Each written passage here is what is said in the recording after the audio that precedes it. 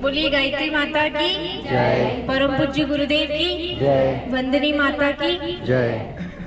मैं दीदी के बारे में कुछ बताना चाहती हूँ आपको। जो दीदी ने हमको जो शिक्षा दी है, दीदी हमारे गांव में आए थे, करवा शहर गाँव है हमारा, जहाँ पे आए दीदी ने हमें बहुत अच्छी शिक्षा दी। जैसे कि हमें सुबह उठने का, जैसे हमें एक ही दिन फर्स्ट दिन जिस दिन हम बाल संस्कार शाला में गए, उन्होंने हमें जो चीज़ें बताई लड़कियों के बारे में कि क्या क्या करना चाहिए लड़कियों को किन चीज़ों से दूर रहना चाहिए, किन चीज़ों से उन्हें ज्ञान लेना चाहिए, सब कुछ सिखाया।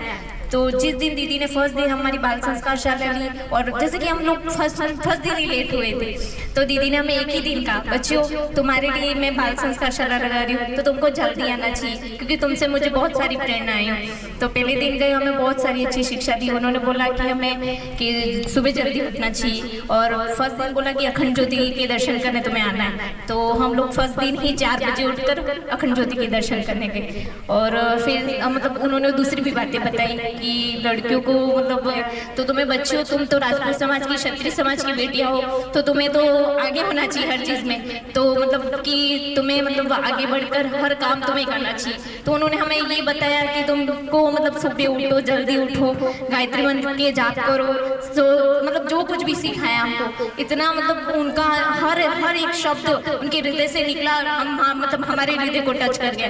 तो जो उन्होंने हमको शिक्षा दी वो हमारे जीवन में हमें भवसागर पार कर रही थी। धन्यवाद। आप कहना चाहती है, आगे पधारे मनीषा राठौड़ अपना उद्बोधन प्रस्तुत करें। अभी महत्वपूर्ण वक्ता को हमने छुपा के रखे हुए हैं, अभी वीडियोग्राफी में लगे हुए, वो आपसे बात करेंगे, आपको बड़ा मजा आएगा। आप प्रसाद खाना भूल जाओगे, वो प्रसाद लेने लग जाओगे। बोलो। परम पूज्य गुरुदेव के चरणों में मेरा नमन, मेरे पिता और माता तुल्य सभी के चरणों में मेरा प्रणाम। इन 7 दिनों में हमने जो सीखा और हमने जो परिवर्तन पाया है, उसका अनुभव मैं आप सबके साथ में साझा करना चाहती हूँ। जब पहले दिन माँ, मैं दीदी को 1-2 बार मेरे मुंह से माँ निकल गया, तब दीदी भी हंसती थी कि चलो कोई नहीं। तो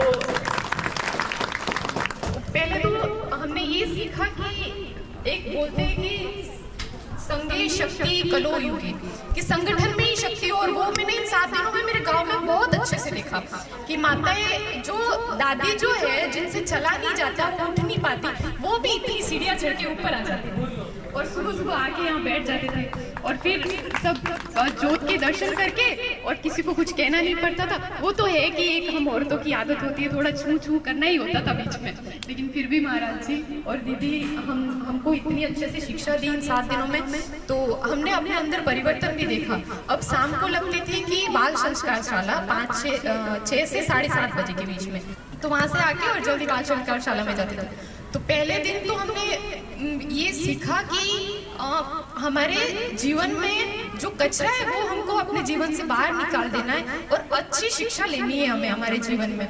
और टाइम की पंक्चुअलिटी सबसे ज़्यादा, दीदी फिक्स 6 बजते ही आ जाते थे, और हमें मतलब ऐसा नहीं है कि उनसे वो 6 बजते आ जाते थे तो उनका नहीं, हमको उनसे प्रेरणा लेते कि नहीं दीदी 6 बजे आ जाते तो हमको भी उसी टाइम पे जाना है। और जैसे कि बताए कि हमारे समाज में कुछ कुरीतियाँ है, उनके बारे में गुरुदेव ने बताया, दीदी भी हमें रोज बताते रहते थे कि जैसे मृत्यु भोज नहीं खाना है, अपने बर्थडे पे केक नहीं काटना है। तो मैंने भी लास्ट कब मैंने मृत्यु भोज खाया था, मेरे दाता हुकुम 2 का स्वर्गवास हो गया, उन दोनों के मृत्यु भोज में भी मैंने नहीं खाया था, और मैंने अपना केक भी, मैंने अपने बर्थडे पे केक काटना भी छोड़ दिया। वहाँ से मैंने ये सीखा कि मृत्यु भोज नहीं खाएंगे और अपने बर्थडे पे केक नहीं काटेंगे।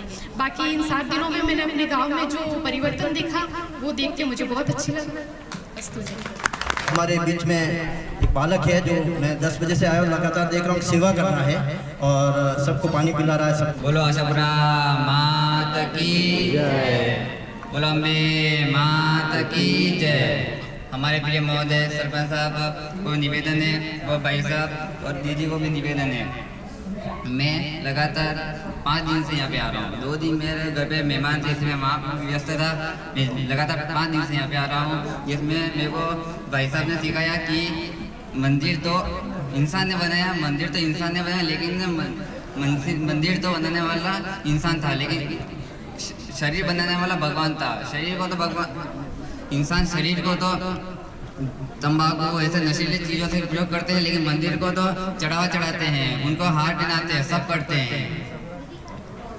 हमारी दीदी ने मुझको 5 दिन से इतनी कहानी सुनाई, बहुत अच्छी अच्छी कहानियाँ थी जो कि मन को छू गई। मैं 5 दिन से यहाँ पे आना हूँ। और आज हमारे गायत्री शक्तिपीठ का जो ये रथ यात्रा चल रही है उसका 7वां दिन है, जो आज यहाँ से 5 बजे हमारे यहाँ से प्रस्थान कर गोलगांव में पहुँचेगी। आप सब लोगों ने गांव में और आसपास पड़ोस के गांवों से भी ये 7 दिन के समय में बहुत कुछ लाभ गायत्री शक्तिपीठ से प्राप्त किया।